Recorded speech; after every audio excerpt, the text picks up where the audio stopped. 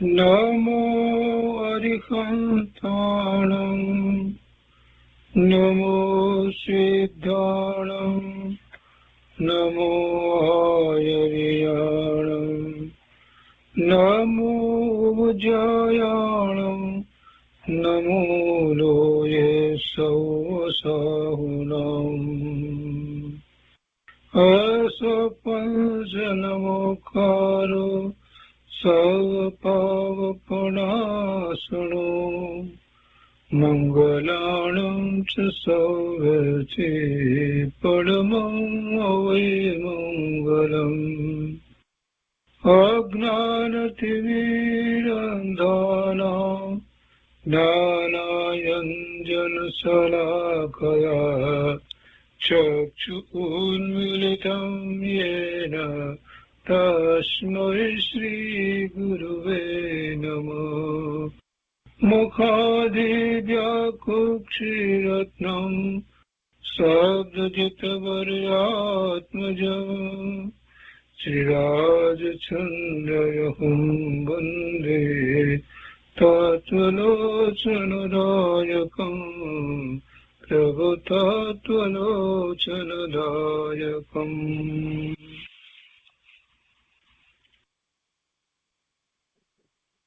કૃપાળુદેવના વચનામૃતનો સ્વાધ્યાય.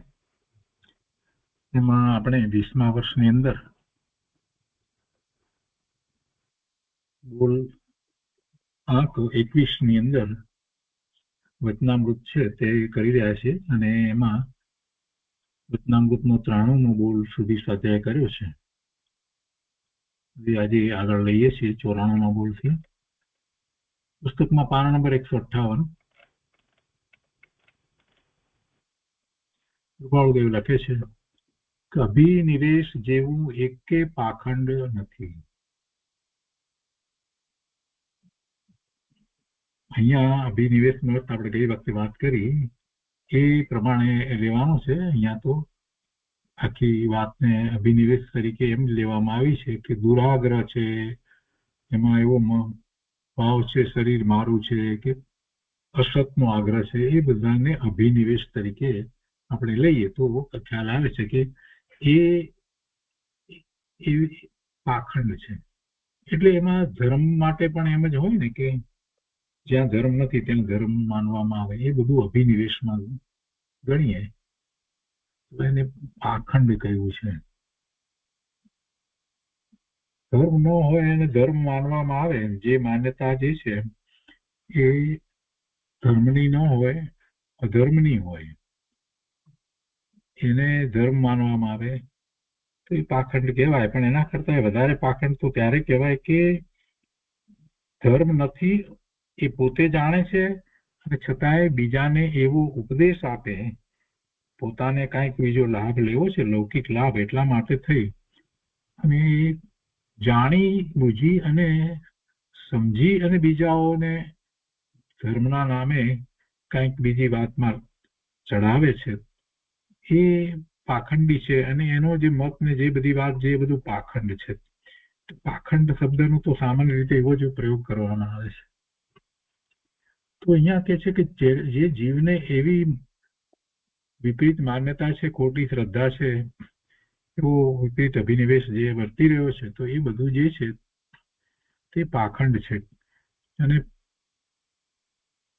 પાખંડમાં પોતે પ્રવર્તે એટલે ખરેખર તો એ બીજાને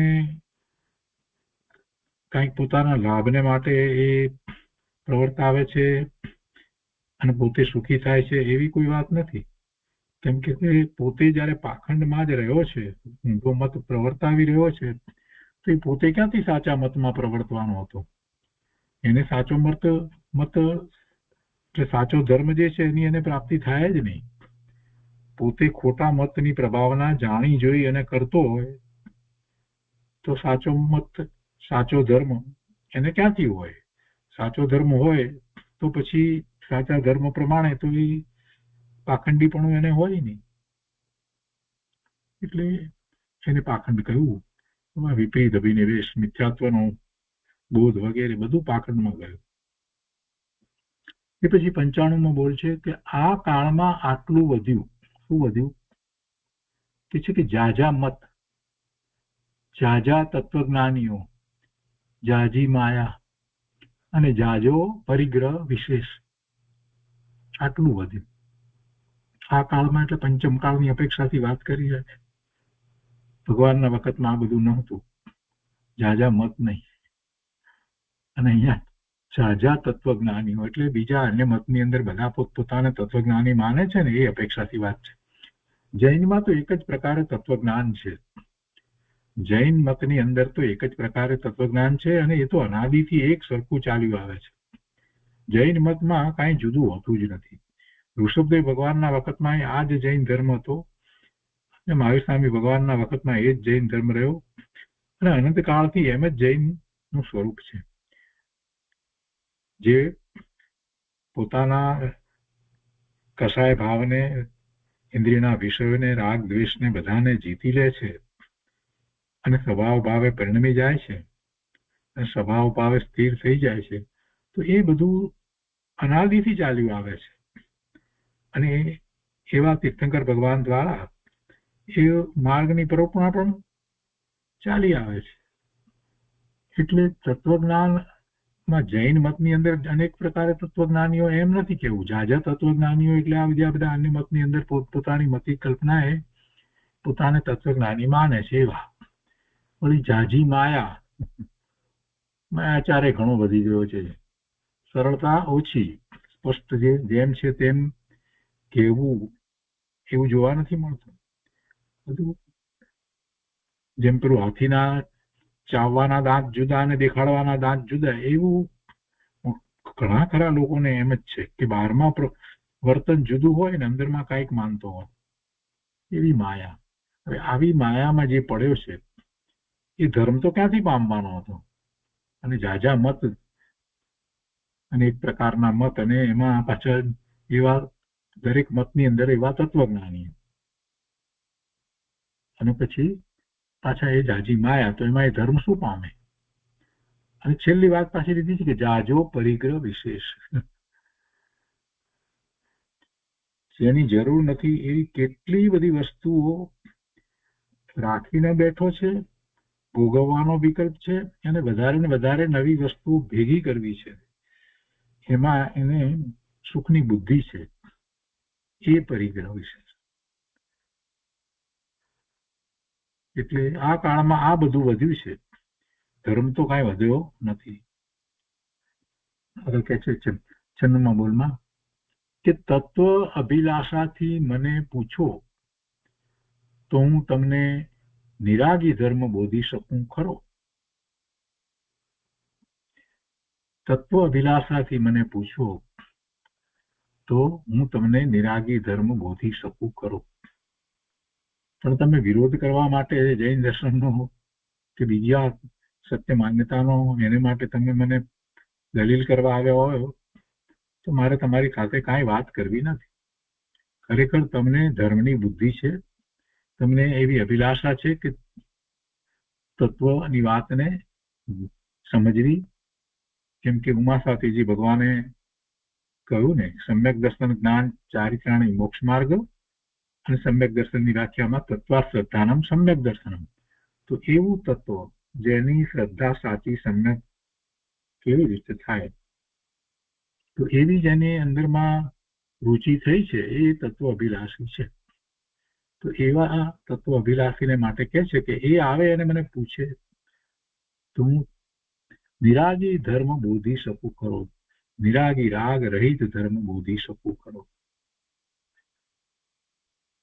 97મો બોલ છે આખા જગતના શિષ્ય થવા રૂપ દ્રષ્ટિ જેણે વેદી નથી તે સદગુરુ થવાને યોગ્ય નથી. નિર્માણતાની વાત કરી છે, વિમાન છોડી દેવાની વાત કરી છે, અને એમ જ હોય છે. જે ખરેખર સદગુરુ છે એને કોઈ માન અભિમાન હોતું નથી, મોટાઈ હોતી નથી. એ તો એમ કહેતા હોય છે કે અમે તો દાસાનો દાસ છીએ, દાસોના દાસ છીએ, ભગવાનના દાસના દાસ. આખા જગતના શિષ્ય થવા રૂપ દ્રષ્ટિ, આખા જગતના શિષ્ય થવા રૂપ દ્રષ્ટિ જેણે વેદી નથી તે સદગુરુ થવાને યોગ્ય નથી. જો એનો ઊંધો અર્થ ન કરવો કે આખા જગતના લોકો જે કઈ બધા ગમે તે કહે તો એની વાતને એ માની લે એવું શિષ્ય થવાની વાત નથી. અહીંયા તો નમ્રતાની વાત છે. શિષ્યને એવી નમ્રતા હોય છે. એટલે જે ગુરુ થાય છે તો ગુરુ થતા પહેલા એને બધા અભિમાન છોડી દેવા પડે. હું કાંઈ પણ જાણું છું એ વાતનું અભિમાન લઈ અને ગુરુ પાસે આપણે જઈએ તો આપણે કાંઈ પ્રાપ્ત કરી શકીએ નહીં. ગુરુ પાસે જઈએ ત્યારે કોરી પાટી લઈને જવાનું હોય. મને કાંઈ આવડતું નથી, કાંઈ સમજ નથી, બસ આપનો ઉપકાર થાય અને મને જ્ઞાન પ્રભાવના પ્રાપ્ત થાય, એવો ભાવ સદગુરુ પાસે જઈ અને ખરેખર સાચા હૃદયથી વ્યક્ત કરવો જોઈએ. એમની બધી આજ્ઞા ને માનવી જોઈએ. એમની નિશ્રામાં રહી ને એમના વર્તન વગેરેને જોઈ અને એમાંથી બોધપાઠ મેળવવો જોઈએ. તો એવો જે બોધપાઠ મેળવી અને પોતે જ્ઞાની થાય છે અને પછી જ્ઞાની થતા થતા એટલું આગળ વધી જાય છે તો એની એ નમ્રતા એ ચૂકતો નથી, તો એ સાચો ગુરુ થાય છે, એ સદગુરુ થાય છે. પણ જે અમને કંઈક આવડે છે અને ચાલો જઈ આવીએ અને પછી ભલે એવા ગુરુ પાસે જાય તો પણ પોતે પોતાની અભિમાન મૂકતો નથી, એ કઈ ગમે તેટલો પછી શાસ્ત્ર વગેરેનો અભ્યાસ કરે તો પણ એ કઈ સદગુરુ થઈ શકતો નથી. એટલે સદગુરુ થવાને યોગ્ય કોણ છે? તો કે છે કે આખા જગતના શિષ્ય થવારૂપ દ્રષ્ટિ જેને વેદી નથી એ તો સદગુરુ થવાને યોગ્ય નથી, પણ જેને એવી નમ્રતા છે એ સદગુરુ થવાને યોગ્ય છે.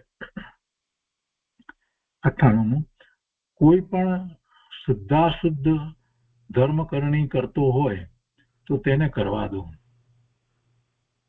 કોઈ પણ શુદ્ધ અશુદ્ધ, શુદ્ધાશુદ્ધ એટલે શુદ્ધ અશુદ્ધ ધર્મ કરણી કરતો હોય તો તેને કરવા દો. એટલે કે તમે એમાં વચમાં આડા ન પડો. કેમ કે કેટલીક વાત જે છે એમાં હજી પૂર્ણ શુદ્ધતા નહીં હોય, એટલે અશુદ્ધપણું પણ હશે, પણ છતાં એ ધર્મ કરણી કરે છે અને પાપના ભાવ નથી કરતો અને કેટલીક વાત જે છે એ શુદ્ધ ધર્મની વાતનું પણ આચરણ કરે છે, તો એ જાતે એમાંથી આગળ વધી અને સમજી જશે. એને અટકાવવાની જરૂર નથી. એને એટલું કહી શકાય કે આ તો તમારી વાત શુદ્ધ છે, બરાબર છે, ધર્મની વાત છે, ધર્મ અપેક્ષાએ એ વાત શુદ્ધ છે, પણ આ બીજી જે વાત છે એ ધર્મ અપેક્ષાએ અશુદ્ધ છે. એને સમજાવી શકાય, પણ એને અટકાવી દઈએ એમ નહીં. જો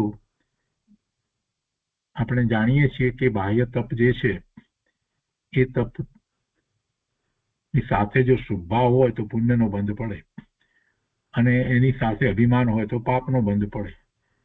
એટલે એવા જે બાહ્ય તપ કરે છે અને એમ માને છે કે આપણે ધર્મ કરીએ છીએ તો એને સાથે સમજાવીએ અને જો એ એમ કે હા મને સમજ છે કે આ બાહ્ય તપ જે છે એ શુભભાવ જ છે અને એથી વિશેષ આગળ મારે અંતરંગ તપ કરવાનું છે, તો પછી હવે એને અટકાવવાનો કઈ અર્થ છે કે ભાઈ ના તું કઈ નહીં કર, આ બધા બાહ્ય તપ રહેવા દે, એ બધા બાળ તપ છે એવું કહેવાની કઈ જરૂર છે? નથી જરૂર. કેમ કે કરનારનું અંતઃકરણ આપણે જાણતા નથી. એ શુદ્ધ પણ કંઈક કરી રહ્યો છે અને સાથે એને બીજું આ અશુદ્ધ એટલે શુભ ભાવ. અશુદ્ધમાં તો બે હોય ને, શુભ અને અશુભ એમ હોય ને, પુણ્ય અને પાપના બંધ પડે એવા શુભ અને અશુભ બંને ભાવ જે છે તે અશુદ્ધ કહેવાય. એટલે અશુદ્ધ ભાવ તો હોય પણ એમાં તો પાછો પાપના ભાવ નથી અને શુભ ભાવ છે, પુણ્યના ભાવ જ છે અને બીજું ક્યાંક અંશે શુદ્ધતા છે, તો એ તો શુદ્ધતાને જ આગળ વધારવાનો છે.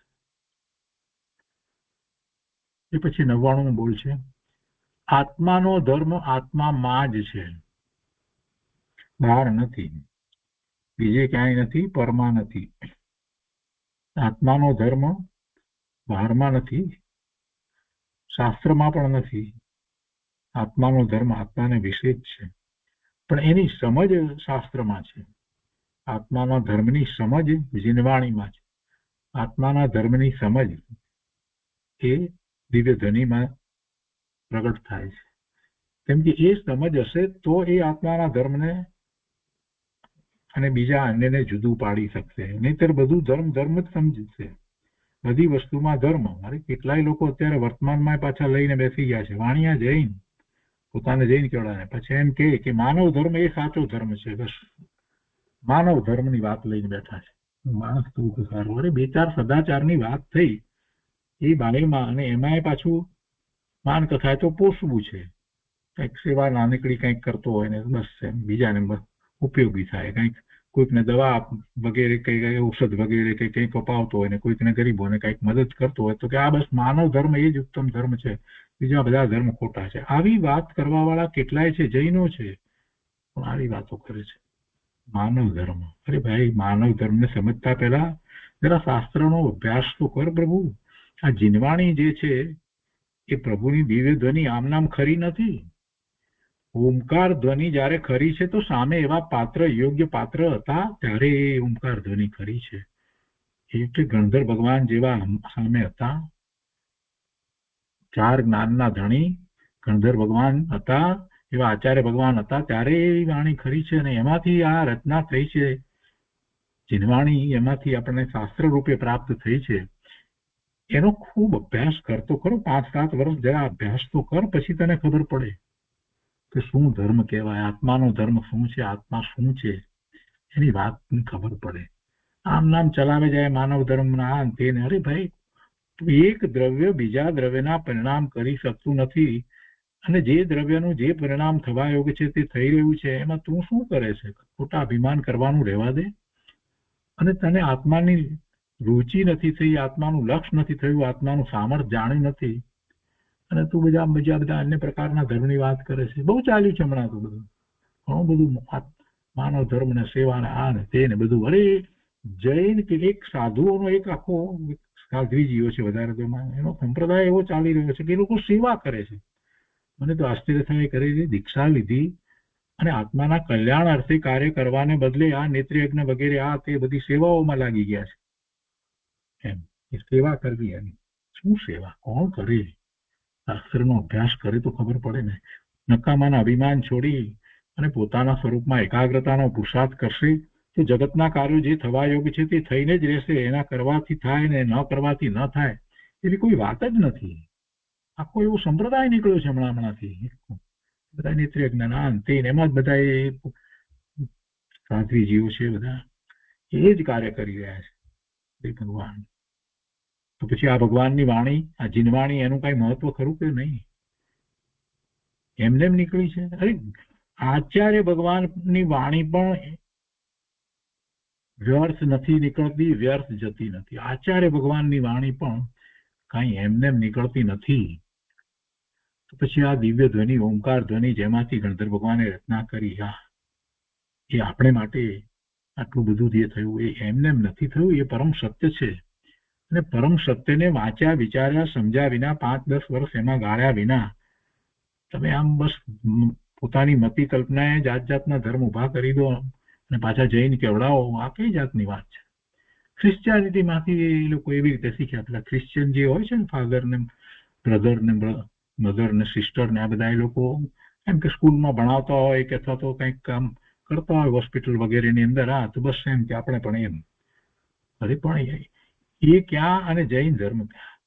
જૈન ધર્મ તો અનાદિનો છે અને એનું ઉદ્ગમ સ્થાન તો સર્વજ્ઞ પરમાત્મા છે. જરાક તો વિચાર કર. અને એ લોકો બિચારા સામાન્ય વાતને સમજે છે. એથી શું થયું? આત્માનો ધર્મ આત્મામાં જ છે, બીજે ક્યાંય નથી. હવે એની વાત લઈએ. આ બધી વાત જે છે એ બધી વિપરીત વાત લીધી. આત્માનો ધર્મ આત્મામાં જ છે. આત્માનો ધર્મ શું છે? તો આત્માનું જે સ્વરૂપ જે છે, આત્માનું જે સ્વરૂપ જે છે એ સ્વરૂપ જ એનો ધર્મ છે. એને ધર્મ કહો કે સ્વરૂપ કહો, એને સ્વભાવ પણ કહેવાય. અને એ આત્માની બહાર નથી. એ આત્માની બહાર નથી. જેની પ્રાપ્તિ કરવી છે, શાશ્વત સુખની પ્રાપ્તિ કરવી છે, શાશ્વત શાંતિ, શાશ્વત આનંદની પ્રાપ્તિ કરવી છે, એ બધું આત્માને વિશે જ છે. એ બધા આત્માના ધર્મ છે. એ બીજાનો કોઈનો ધર્મ નથી. જ્ઞાન એ આત્માને વિશે છે. જ્ઞાન આત્માને વિશે છે. અને એ જ્ઞાન એના પોતાના અનંત ગુણના ભવનને અનુભવવા જાણવા વાળું જ્ઞાન છે, તે આત્માને વિશે છે.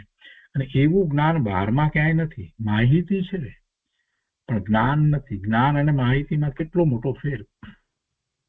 આપણને કોઈ પણ દુનિયાના દેશની માહિતી અહીંયા બેઠા હોય તો કઈ એનો અર્થ એવો નથી થતો કે ત્યાં જે છે એ વસ્તુને આપણે અનુભવીએ છીએ.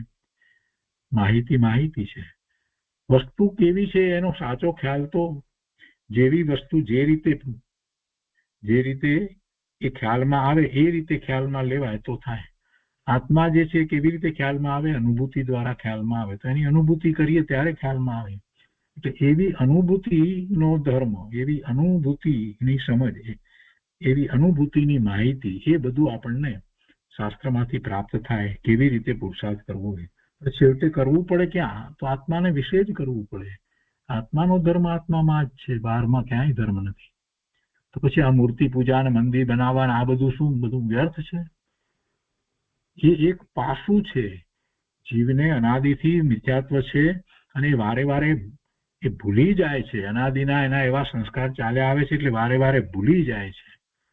તો ત્યારે વર્તમાનમાં પંચમ કાળને વિશે જ્યારે તીર્થંકર પરમાત્મા સાક્ષાત રહેવાની, ગણધર ભગવાન નથી કે એવા જેમને અંગનું જ્ઞાન હોય, એક અંગનું જ્ઞાન હોય કે અંગના ભાગનું જ્ઞાન હોય, એવા શ્રુત કેવળી પણ રહ્યા નથી. એવે વખતે આપણને શાસ્ત્રો દ્વારા જ્ઞાન કરીએ છીએ ત્યારે એક આલંબનની જરૂર હોય છે. એટલે આ મૂર્તિ છે, પ્રતિમા છે, અને એને જોઈ અને આપણે રૂપસ ધ્યાન કરીએ છીએ, પ્રભુના ગુણને યાદ કરીએ છીએ. પણ એ બધા દ્વારા છેવટે જઈએ છીએ ક્યાં? આત્મામાં જ જઈએ છીએ. રૂપસ ધ્યાન દ્વારા પણ આત્મામાં જ જઈએ છીએ. આ નૌકાર મંત્ર વગેરે પદ તો હા, એ દ્વારા પદસ ધ્યાન કરીને છેવટે આપણે જઈએ છીએ ક્યાં? આત્મામાં જ જઈએ છીએ.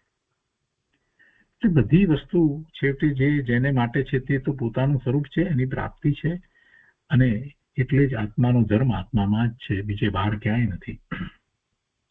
એ પછી 100મો બોલ છે, 100મો. મારા પર સઘળા સરળ ભાવથી હુકમ ચલાવો તો હું રાજી છું. મારા પર સઘળા બધા સરળ ભાવથી હુકમ ચલાવો તો હું રાજી છું. એમ લખે. વાસ્તવમાં તો એ ગમે તેવા ભાવથી કોઈ પણ હુકમ કરે આપણને ક્યાં લાગે છે ને ક્યાં સ્પર્શે છે? એના ભાવ એની પાસે. બીજી વ્યક્તિ આપણી ઉપર હુકમ ચલાવતી હોય અને એના જે ભાવ હોય એ ભાવને કારણે એને એવા બંધ પડે. એને દ્વેષ ભાવ હોય કે એને રાગનો ભાવ હોય, જે પણ ભાવ હોય એ પ્રમાણે એને બંધ પડે. અને એના ભાવ મારા પરિણામને બદલતા નથી. જો એના ભાવને કારણે હું વિચલિત થઉં તો મારા પરિણામ બદલાય. એટલે એ હુકમ ચલાવો તો હું રાજી છું. એટલે કહેવાનો આશય એ છે કે હું કાંઈ વિચલિત થતો નથી. ખરેખર તો ગહન વાત તો એ છે કે બધા હુકમ ચલાવો ને, ભલે ને ચલાવતા, પણ અહીંયા એક શબ્દ મૂક્યો છે વિશેષણ, સરળ ભાવથી હુકમ ચલાવો તો હું રાજી છું. સરળ ભાવથી ચલાવવાને બદલે કોઈ ખરાબ ભાવથી, ક્રૂર ભાવથી હુકમ ચલાવે તો પછી હું એની સામે પડું, એવો અર્થ નથી અહીંયા કરવાનો. ફરીથી આ વાત તો આપણે સમજ્યા કે બધા ગમે તે રીતે હુકમ ચલાવતા હોય તો પણ એ મને ક્યાં સ્પર્શે છે, એટલે હું તો રાજી છું એમ કહેવાનો આશય છે.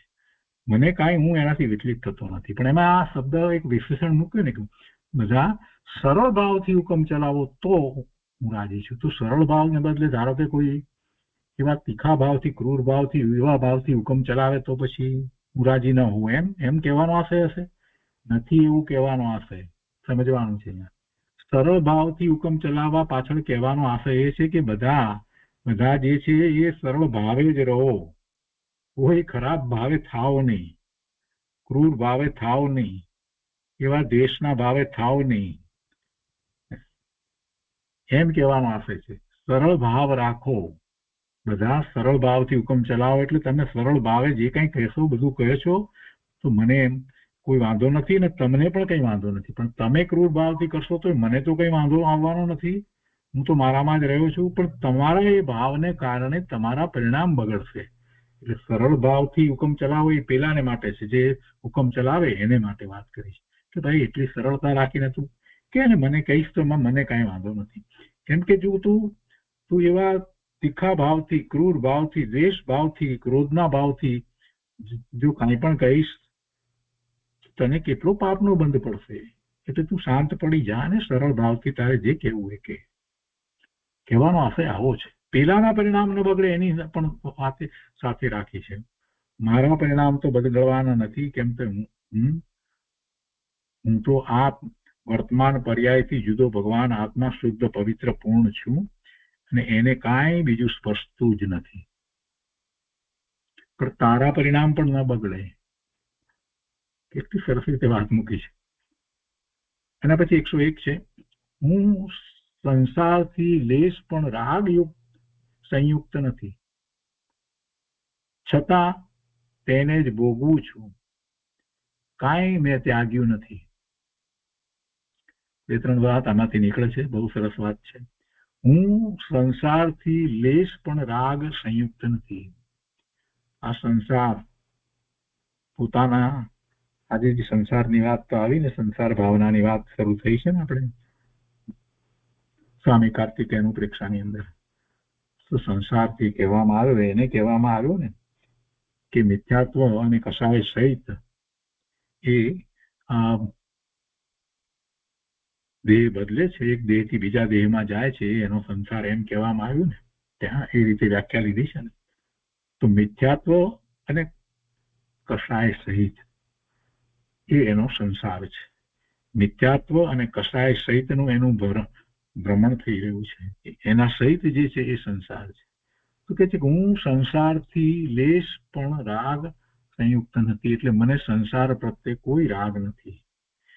મિથ્યાત્વ ગયું છે, મિથ્યાત્વ છે નહીં, અને આ કસાય ભાવ જે છે એ પણ મને નથી. એટલે અને જગતના પદાર્થો, સંસાર બીજી રીતે વાત કરીએ તો એમાં જે જગતના પદાર્થો પોતાની સંમિતમાં આવ્યા છે અને આ શરીર પોતાને પ્રાપ્ત થયું છે, એ બધું પણ સાથે લઈએ તો એનાથી મને રાગ નથી, એનાથી રાગ સંયુક્ત નથી.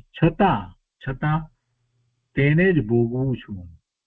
એટલે કે આ સંસારમાં હું રહ્યો છું, શુભાશુભ ભાવે હું થઈ રહ્યો છું, તેને જ ભોગવું છું. એટલે અને એ શુભાશુભ ભાવ જે થાય છે, કંઈક પોતાની ભૂમિકા અનુસાર કૃપાળુદેવની વાત છે તો મુખ્યપણે તો શુભ ભાવ જ છે, પણ ક્યાંક અલ્પ પ્રમાણમાં એવો અશુભ ભાવ પણ થઈ જતો હોય તો એ અપેક્ષાથી વાત છે કે છતાં તેને જ ભોગવું છું. એટલે એમ સંસારમાં છું અને કાંઈ મેં ત્યાગ્યું નથી. હવે વસ્તુ પદાર્થો નો ત્યાગ એ તો જીવને ક્યાં છે જ. જયારે વસ્તુ મેં ગ્રહણ જ કરી નથી તો હું ક્યાંથી ત્યાગી શકું? નિશ્ચયથી તો વસ્તુનું સ્વરૂપ એવું છે. આ મેં કોમ્પ્યુટર ગ્રહણ કર્યું હોય તો હું એને ત્યાગું ને. આત્મા એક તણકલાને પોતે ગ્રહણ તો કરી શકતો નથી, તો ત્યાગે ક્યાંથી? નિશ્ચયથી તો એને કાંઈ ગ્રહણ કર્યું નથી અને કાંઈ ત્યાગી શકતો નથી. પણ વ્યવહારથી અને બધું પકડી રાખ્યું છે, એની રુચિ છે, એની ઈચ્છા છે, એવો પરિગ્રહ જે છે, તો એ બધું જે રાખ્યું છે તો એને ત્યાગી અને જીવો ગુણી દીક્ષા અંગીકાર કરતા હોય છે. તો અહીંયા કહે છે કે મેં ત્યાગ્યું નથી અને આ ભોગવું છું એમ કહ્યું એટલે સંસારમાં છું અને શરીર છે અને એની એ સિવાય બીજા સંયોગે કરીને બધા પદાર્થો જે છે એની વચ્ચે હું રહ્યો છું. મને ભલે એના પ્રત્યે કોઈ રાગ નથી, મને તો વૈરાગ્ય ભાવના છે, એ બધા પ્રત્યે ઉદાસીનતાનો ભાવ છે, છતાં પણ એની વચ્ચે તો હું રહ્યો છું. એટલે મેં ખરેખર એ કંઈ ત્યાગ્યું નથી, વ્યવહારથી કંઈ ત્યાગ્યું નથી. પણ સમ્યક દ્રષ્ટિને તો અંદરમાં એ જ ચાલી રહ્યું છે કે એમાંનું કાંઈ મારું નથી, હું એનાથી તદ્દન ભિન્ન ભગવાન આત્મા જુદો છું, એવું ભેદ જ્ઞાન સતત વર્તે છે. પણ ચારિત્ર અપેક્ષાએ પણ પછી આગળ વધે છે તો પછી ચારિત્ર અપેક્ષાએ પણ જે પરિગ્રહ જે છે એવા એ નિમિત્ત કારણો પણ પછી ન રહે એવું બધા જ મહાપુરુષોએ ઈચ્છ્યું ને એટલા માટે એને ત્યાગી અને ચાલ્યા ગયા. નિર્ગ્રંથપણાની વાત શા માટે કરી? ત્યાગની વાત શા માટે કરવી? એટલા માટે કરવામાં આવી કે પછી એમને ભલે અંતરંગ તો એમને બધું વસ્તુનો ત્યાગ જ છે, પણ છતાં એના નિમિત્તો પણ હવે નથી જોઈતા. એટલે બધું ત્યાગી સર્વસંગ પરિત્યાગ ની ભાવના ભાવી અને મુનિ દીક્ષા ગ્રહણ કરે છે.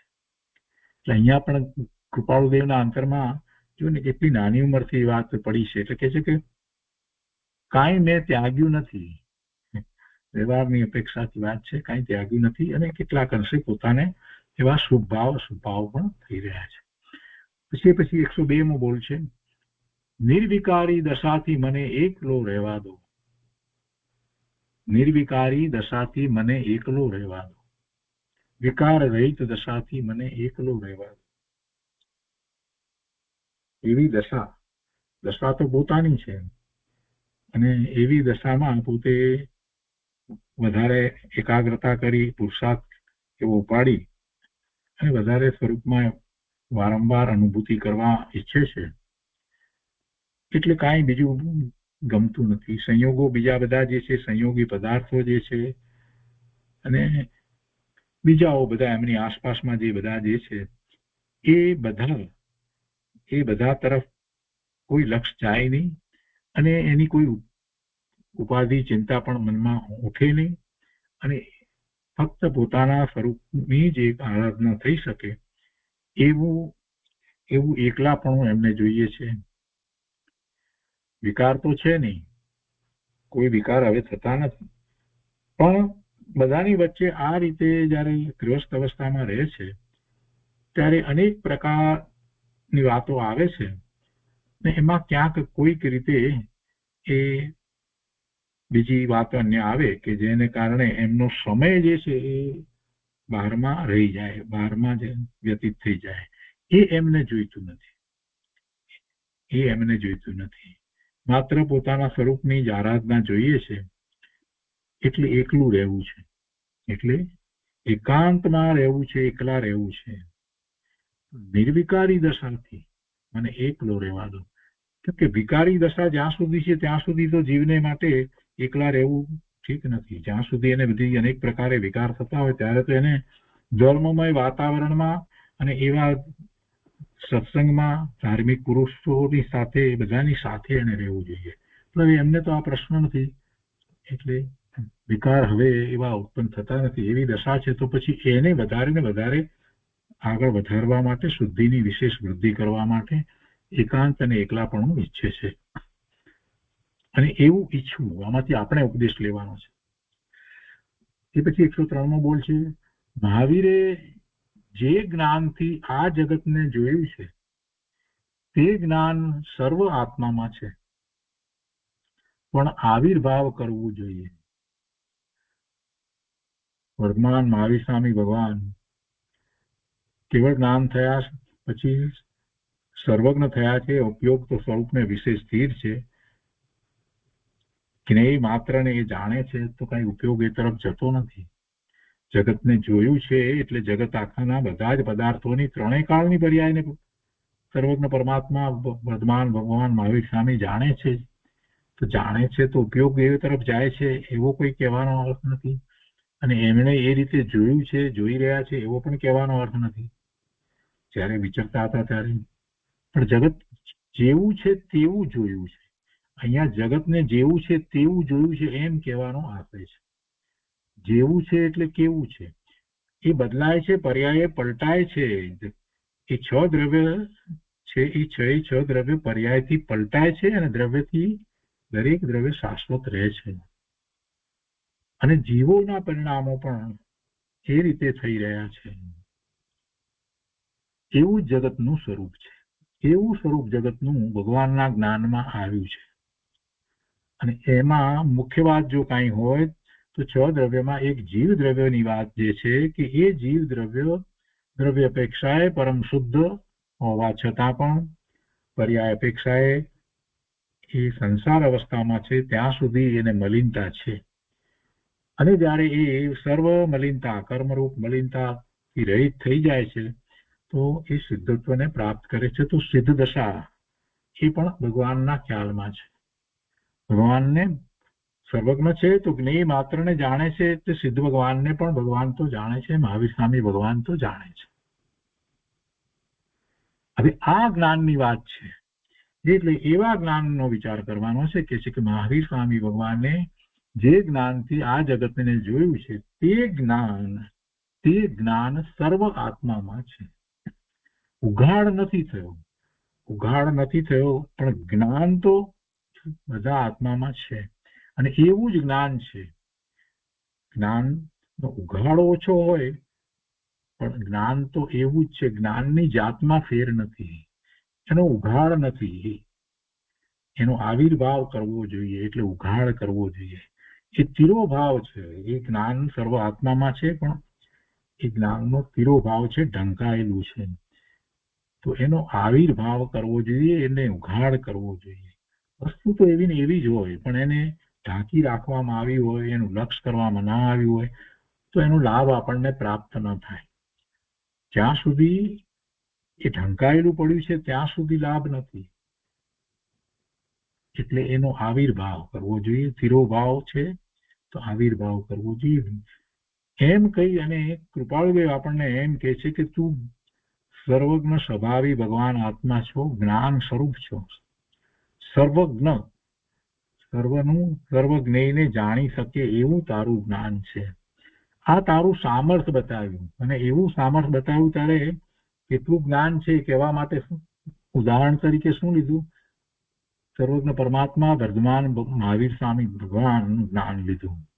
કે એવું જ્ઞાન એટલે પછી એનાથી વિશેષ તો બીજી કઈ હોઈ શકે નહીં. તો કેવા જ્ઞાન વાળો તું છો, એવા જ્ઞાન વાળો, જ્ઞાન સ્વભાવી તું છો.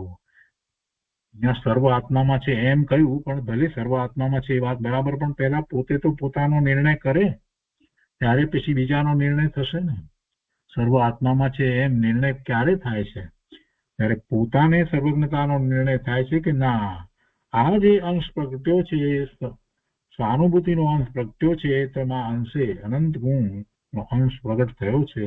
તેમાં જ્ઞાનનો જે અંશ પ્રગટ થયો છે, સમ્યક જ્ઞાનનો જે અંશ જે છે, તો એ જયારે પૂર્ણ ઉઘાડ થશે ત્યારે કેવળ જ્ઞાન જ છે. અને એમ પોતે સર્વજ્ઞ સ્વભાવી છે એનો નિર્ણય થઈ જાય છે. અને એવો નિર્ણય થાય છે તો પછી બીજા બધા સર્વ આત્માઓને પણ એવું જ જ્ઞાન છે એમ નિર્ણય થાય છે. પણ પોતાને એનો ઉઘાડ કરવાનો છે, આવિર્ભાવ કરવાનો છે, એની અનુભૂતિ કરવાની છે, એટલે ઘણો પુરુષાર્થ કરવાનો છે. વસ્તુ પોતાની હોય અને એને દટાયેલી રાખી મૂકવાથી શું લાભ છે? એવોય નિર્ણય નથી ને. કેટલાય લોકોને તો એ પણ નિર્ણય નથી કે પોતે જ્ઞાન સ્વભાવી છે, એવોય નિર્ણય નથી. અહીંયા કે છે કે આવિર્ભાવ કરવો જોઈએ. તો આવિર્ભાવ કોણ કરે? જેને નિર્ણય થયો એ આવિર્ભાવ કરે ને. ઉઘાડ કોણ કરે? ઘરમાં પૂર્વજોએ સોનું દાટ્યું છે, 5 કિલો સોનાના દાગીના કોઈક ખૂણામાં દાટ્યા છે, એવો જેને ખ્યાલ છે એ ખોદીને કાઢવાનો છે ને. બહાર કોણ કાઢશે? નિર્ણય છે તે. તો પહેલા તો નિર્ણય કરવો જોઈએ કે હું ભગવાન આત્મા જ્ઞાન સ્વભાવી સંપૂર્ણ પૂર્ણ પવિત્ર સિદ્ધ સમાન એવો છું. જેવું ભગવાન મહાવીરનું જ્ઞાન એવું મારું જ્ઞાન છે, એવો નિર્ણય કરે તો પછી એનો આવિર્ભાવનો પ્રશ્ન ઉપસ્થિત થાય ને. તો પછી એવો પુરુષાર્થ ઉપડે ને. એટલે 3 વાત એક સાથે મૂકી દીધી. તો એ પછી 104મો બોલ છે, એમાં કહે છે કે બહુ છકી જાઓ તો પણ મહાવીરની આજ્ઞા તોડશો નહીં. બહુ છકી જાઓ તો પણ મહાવીરની આજ્ઞા તોડશો નહીં. જૈન દર્શનમાં જે કંઈ કહેવાયું છે એને છોડતા નહીં. એ વાતને પકડી રાખજો. એ માન્યતા અને તોડતા નહીં. એ ભગવાનની આજ્ઞા છે. મહાવીર સ્વામી ભગવાનની આજ્ઞા છે. તો ભગવાનની આજ્ઞા એવી રીતે થતી હશે. આજ્ઞામાં તો કંઈ કહેતા તો છે નહીં. ભગવાને શું આજ્ઞા કરી? કેટલાયને તો એમ થાય કે મહાવીર સ્વામી ભગવાને ક્યાં આજ્ઞા કરી છે. કેટલાકને તેમ પણ થાય. અરે ભાઈ, આ પોતે જે સ્વરૂપ પ્રાપ્ત કર્યું છે એવું જ સ્વરૂપ તારું છે એમ કહ્યું, અને એમ કહ્યું કે તું એ પ્રગટ કરવા માટે સક્ષમ છો. તું એવો પુરુષાર્થ કર, તને આ ભવના ભ્રમણ દુઃખ ભ્રમણ થઈ રહ્યા છે એ ટળી અને શાશ્વત સુખની પ્રાપ્તિ થાય. હવે આમાં કહેવામાં કાંઈ બાકી રાખ્યું છે? એ જ આજ્ઞા છે. એ જ આજ્ઞા છે. અને પછી એનો વિસ્તાર જે કરવામાં આવ્યો છે એ ગણધર ભગવાને 12 અંગની અને 14 પૂર્વની રચનાની અંદર આપી દીધો છે. એ જ આજ્ઞા છે. ભગવાનની આજ્ઞા એ જ છે. ઓમકાર ધ્વનિ દ્વારા જે વાત આવી છે એ બધું એને આજ્ઞા કહેવાય. આજ્ઞા કે એટલે કઈ એમ કે ના આમ કર એ આજ્ઞા, એવો અર્થ નથી થતો આજ્ઞા. ભગવાનની વાત જે કહેવામાં આવી છે તો ભગવાને જે કહ્યું છે એનાથી વિપરીત વિચારશો એ નહીં, એનાથી વિપરીત કરવાનો વિકલ્પ પણ લાવશો નહીં, ધર્મના નામે પણ નહીં. એમ મહાવીર સ્વામી ભગવાનની આજ્ઞામાં રહેજો, એમની આજ્ઞામાં અને આમન્યા એવી જ રાખજો. ગમે તેવા છકી જાઓ એટલે બહુ અભિમાનમાં આવો, આમ તેમ પૈસા તો પણ એક વાત યાદ રાખવી કે આ બધું ભલે ગમે તેટલા મોટા થયા, ગમે તેટલું મોટું પદ મળ્યું બધું, તો પણ મહાવીર સ્વામી ભગવાનના દર્શન કરવા, પ્રતિમાના દર્શન કરી ત્યાં એમના સ્વરૂપનું ચિંતન કરવું અને પ્રભુએ જીનવાણીમાં શું કહ્યું છે એનો ત્યાં 5 મિનિટ બેસી અને વિચાર કરવો. ગમે તેટલું મોટું સામ્રાજ્ય સ્થાપો ને, મોટી મોટી બહુ પૈસા થઈ ગયા હોય ને કેટલાય પ્રકારના વેપારો આમ તે બધાની અંદર કેટલા પૈસા રોકાવાના બધું હોય, પરદેશના કેટલા ચાલતા હોય બધું, ગમે તેટલા કહે છે કે બહુ છકી જાઓ તો પણ મંદિરમાં જજો, મહાવીર સ્વામી ભગવાનની પ્રતિમાની સામે બેસી અને પ્રભુના સ્વરૂપનો વિચાર કરજો અને પ્રભુએ આપેલા બોધનો વિચાર કરજો અને એમની આજ્ઞાને તોડશો નહીં.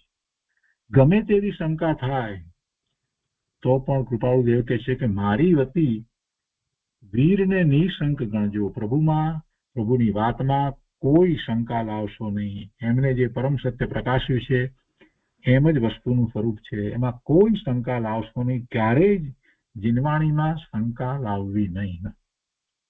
બધું સમજવા માટે આશંકા, પ્રશ્ન વગેરે થાય, પણ શંકા ન હોય કે કોને ખબર હશે કે નહીં હોય, એવો ભાવ તો ક્યારેય હોવો જોઈએ નહીં. જીનવાણીની કેટલી બધી વાત એવી હોય કે આપણને બધી પૂરેપૂરી ના પણ સમજાય, તો એનો અર્થ એવો નથી થતો કે ખબર નહીં હશે કે નહીં હોય, એમ નહીં જીવવું.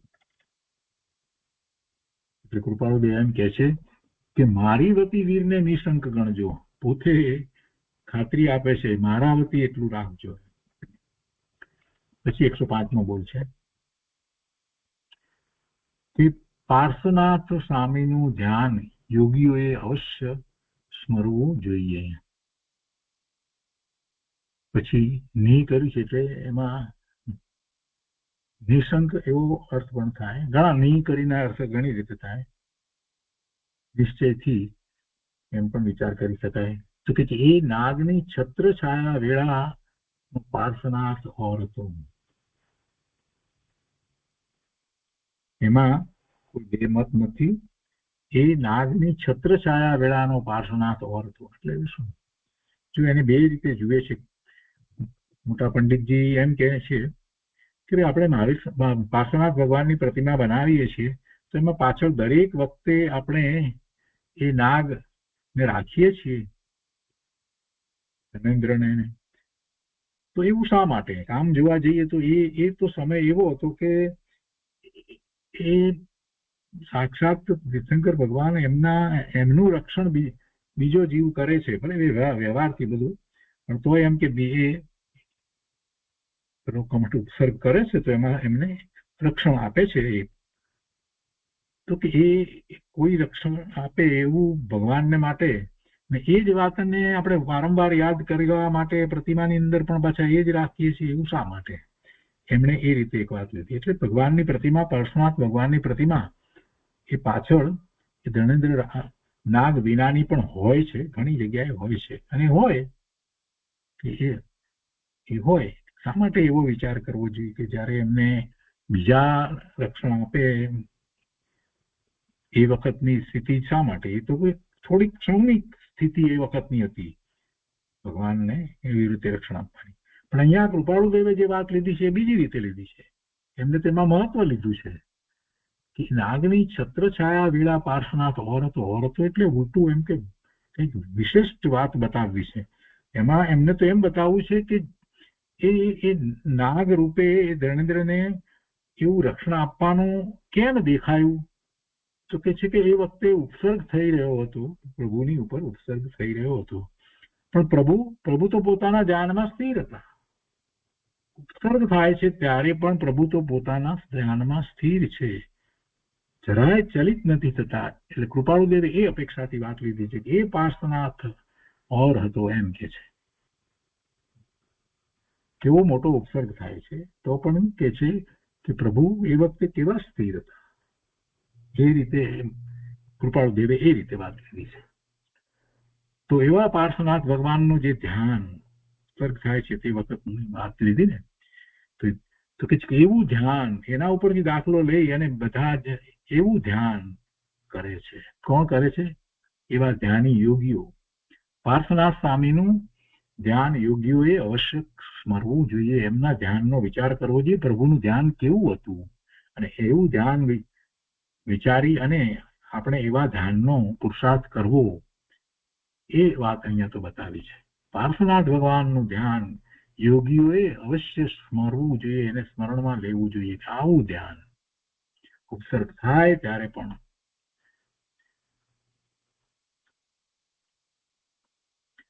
અને એ પછી ગજસુકુમારની ક્ષમાની ને એવા બધા જે ઉદાહરણો જે છે લઈ અને કેટલીક વાત કરવામાં આવી છે, તો એ બધો વિસ્તાર આપણે આવતી વખતે લઈશું. કુલ 126 બોલ છે, તો આજે 105 બોલ સુધી સ્વાધ્યાય રાખીએ છીએ, અને બાકીના આજે 21 બોલ છે તે આપણે આવતા સ્વાધ્યાયમાં લઈશું.